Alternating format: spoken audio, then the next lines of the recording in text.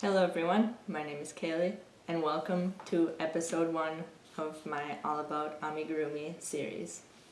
Now with this series, I am going to show you everything I know about amigurumi, from starting with supplies and going all the way to how to design your own amigurumi and how to improve your amigurumi and everything in between. So today in episode 1, I'm going to show you the supplies you need to do amigurumi. Welcome to episode 1 of my All About Amigurumi series. Today we are going to be talking about supplies. Now there are a lot of different things you can use for amigurumi to make them more detailed and such, but we're just going to be talking about the basics today. So first thing you need is a crochet hook and of course some yarn. Now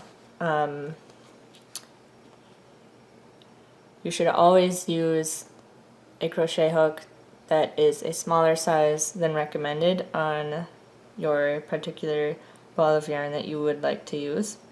Now this one is just Red Heart Super Saver, and it's usually what I use for my amigurumi.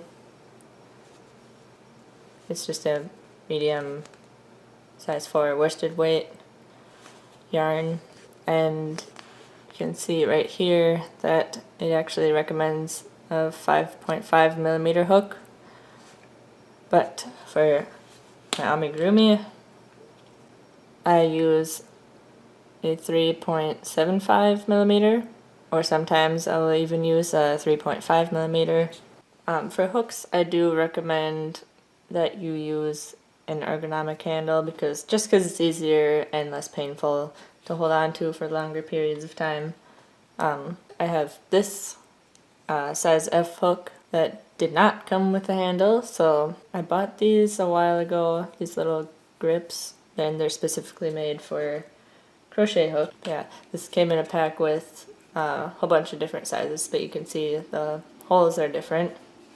Yeah, the smaller the crochet hook, the tighter your stitches will be, and the smaller the holes will be in the amigurumi. And for different weight yarns, the hook you'll need will be different. Like I said, you gotta look at the label and what is recommended. Now, this yarn that I have is a lighter weight than this, so obviously that means I would use an even smaller hook than this one. And also, the smaller yarn you use, the more detail you will be able to put into your amigurumi. If you use just normal size 4 worsted weight yarn, then try to add a whole bunch of details, you might end up with a super giant amigurumi. Go ahead and use it if that's okay with you and you want a bigger project that's also detailed. But if you would like it to stay a certain size, then I would recommend smaller yarn for that. The next really important thing is a yarn needle. I'm sure all of you have one of those for like weaving in ends and blankets and other projects like that. But in amigurumi, you will need this to weave in ends and to attach parts to your amigurumi. And next, I have these little folding scissors. Now you can use whatever scissors you want, obviously. I just like to keep a smaller pair around. Yeah, you need that. And for your stitch markers, I just use a paper clip. I find it's really easy just to slide it in there, slide it out, because with amigurumi you're going to be needing it for like every round unless you are really good at keeping track of the numbers in your head or on paper. This next thing isn't really necessary, but I find that it really helps, and it's just a bobby pin. Normally used for hair, of course, but I like to use them to hold pieces onto the body before I sew them on. And it also just kind of helps give me an idea of like where I want to put the piece before I sew it on. So that's really helpful. Another thing that's not necessary at all, but is helpful sometimes, is a tally counter, and I will use this if I have like a whole bunch of rounds to make. Like if I'm making like a long tail or something for a cat. Sometimes it's easier to keep track with this. And if you don't have one of these or you don't want to buy one, obviously just pen and paper will do. And I also use notebooks to keep track of what I do when designing a pattern. And in this series I will be doing an episode about how to design your amigurumi, but first I just wanted to get the basics out of the way first.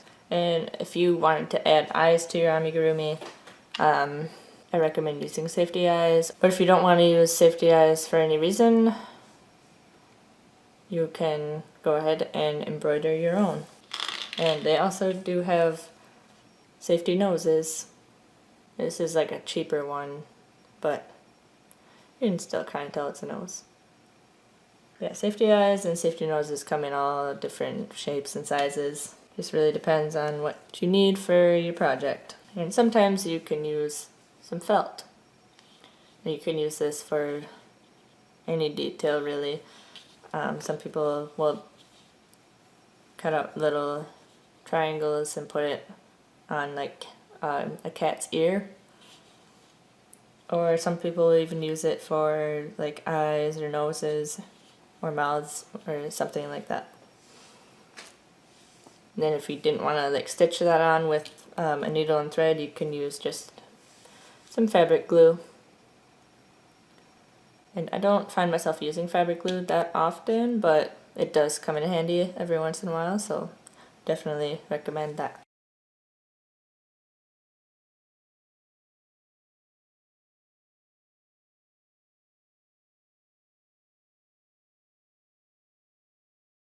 So I usually use this polyester Fiberfill stuffing, but I do have a bag of yarn scraps that I will use for stuffing as well.